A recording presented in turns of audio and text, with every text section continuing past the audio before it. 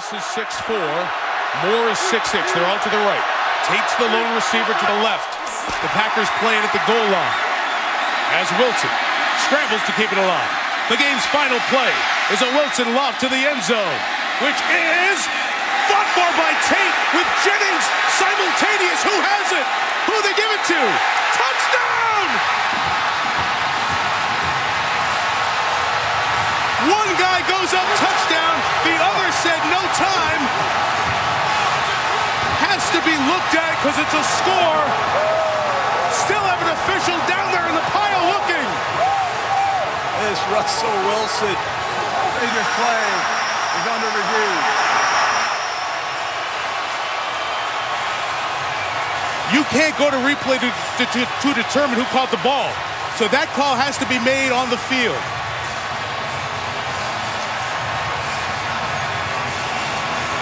You see the one guy go up touchdown and the other go timeout like it's a pick. How does MD Jennings not get credit for the interception? I have no idea. This is deciding who wins the game on this call. Further review. The call on the field stands. Touchdown. Game is over. Seahawks win in the most bizarre finish you'll ever see. He's going to motion probably over here, or there's some funky play they got faking it to him. To the end zone. Caught! Touchdown, Pittsburgh! Jesse James! 2 plays, they take it the distance. I don't know why this is taking so long to review it, because clearly Harmon's nowhere close to him. Unless they're looking at the football, did it wiggle or anything to the ground? Well, it looks like a touchdown to me. It's a double block on the sideline. Are they looking at the football, possibly losing control here? Oh, that's what it is, Jim. They don't think he caught it. Oh, boy. Let's see that again now. That's exactly right. I mean, is that Does he maintain control right here? He's got to maintain possession. Does that bobble in his... Oh. Guys, that's... Did he have control? We've had this discussion almost every week about how sensibility comes in. Is it a catch? Does it look like a catch? This one's tough. I mean, this could go either way. That ball moves in his hand. I mean, it's only a decision that might be the difference between hosting the AFC Championship game or not. Who knows? After reviewing the play, the receiver in the end zone did not survive the ground. It's an incomplete pass. Oh, my goodness. It'll be Pittsburgh's ball. Second down and 10 at the 10-yard line. The game clock is correct, and we'll start on the next snap. He can get another play or two off. And here's McCown stepping up, and he drills it. And the pass is caught by Mike Evans. And T.J. McDonald on the hit, and Evans is shaken off. And if this is an injury timeout, and you can see they're getting him off, they don't want to call a timeout, otherwise we would have a 10-second runoff. The offense is out of timeouts. We have an injured player under play, and they are out of timeouts. It requires a 10-second runoff. The game is over. And that's it, a 10-second runoff. What a way for Lovie Smith to have this game end when the Buccaneers, if they had a few more seconds, might have been able to get in field goal range. Instead, the St. Louis Rams end their 12-game losing road opener streak, beating the Tampa Bay Bucks 19-17. We'll be back here in just a moment. Stafford's throw, catch made, touchdown Lions! It's Golden Tate, and they lead for the first time today. Reviewing the play, the ruling on the field is changed. The runner was touched down at the half-a-yard line. He was short of the goal line. By rule, we would go back to a running clock, and we have a 10-second runoff. So by rule, the game is over.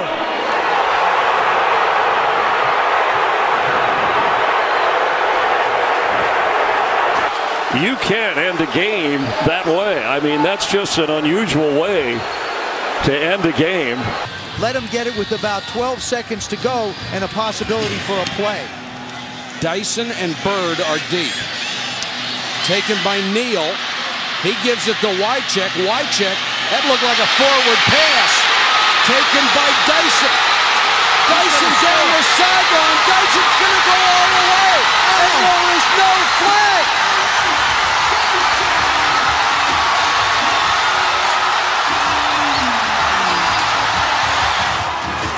Take a look at it from the best angle I can give you. You see Wycheck start to the right. Now, is Dyson behind him? That's the question. No, it's a forward pass. This is where he is. This is where he is. But he steps back. That's a forward pass. I'll tell you why it's going to be hard to tell. Because the ball is right on the line. You can't look at the body of the people. It's caught on the line.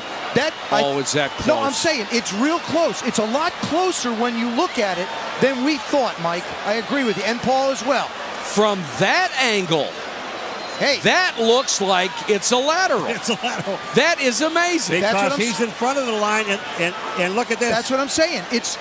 You have to see where he throws the ball from. You can't look at the bodies. It's where the ball is to where the ball goes. Isolated with Zachary Bowman. Blitz coming. They throw it up to Johnson. Into the corner. Touchdown, Calvin Johnson! Unbelievable throw by Hill. And a miraculous catch. Leaping high over Bowman by Calvin Johnson. And the Lions, who had one, are they saying, wait a minute, are now they overruling and saying he did not get it in bounds? The officials gathered down in the corner after the initial indication of touchdown. The ruling on the field is that the runner did not complete the catch during the process of the catch.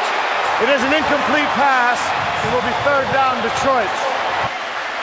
We talked about this with the officials before the game today. The process is the key word. And you've got to continue through the play. We will now review the previous play. And for those of you that want to know, when the ball comes down here and touches the ground, he has to then maintain possession of the ball through the completion of the entire process. As we look at it here, is this a second act?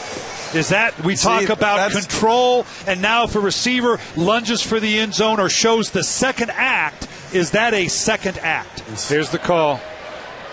After review, the ruling on the field stands. It is an incomplete pass. It will be Detroit's ball, 3rd and 10 on the 25-yard line, and the ball will be placed on the hash mark nearest the Chicago Bears sideline.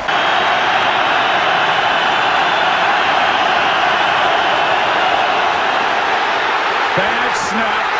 Allen couldn't get it down, and now he fires. Pass interference.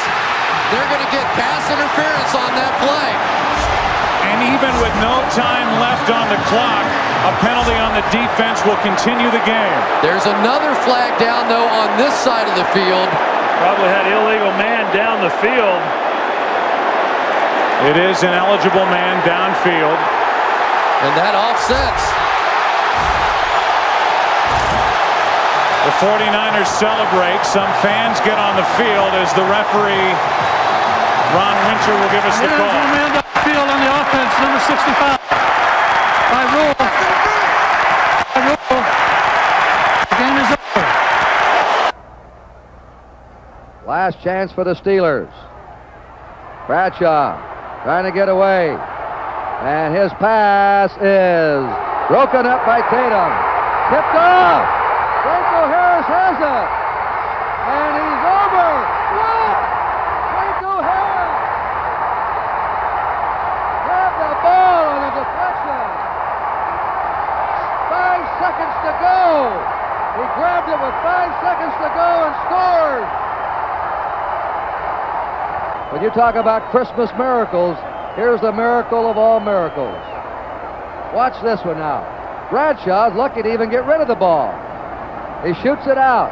Jack Tatum deflects it right into the hands of Harris. And he sets off, and the big 230-pound rookie slipped away from Warren and scored. Bradshaw wide to the right. Stabler back to throw. Stabler now being harassed for the first time and gets rid of the ball. Ball is loose, still loose. Picked up, kick into the end zone. And we'll see what happens there. Simply touchdown. Can you believe it? Touchdown Raiders. Touchdown Raiders.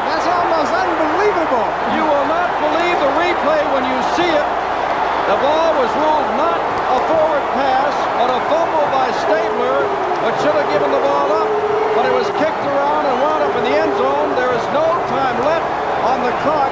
They've still got to kick the extra point. It is 20-20. Prokhor's coming out. You won't believe it. Here's the play again. Stabler's going back in the pocket. Can't find anybody open. He starts to slide out of the pocket. Number 51, Woodrow Lowe is after him. Hits his arm. Knocks the ball out of his hand. The ball is now loose. Banaszak can't hold on to it. The ball is sort of pushed forward. There's Dave Casper trying to find the handle, and he just simply falls on it in the end zone for 6 points for the Raiders.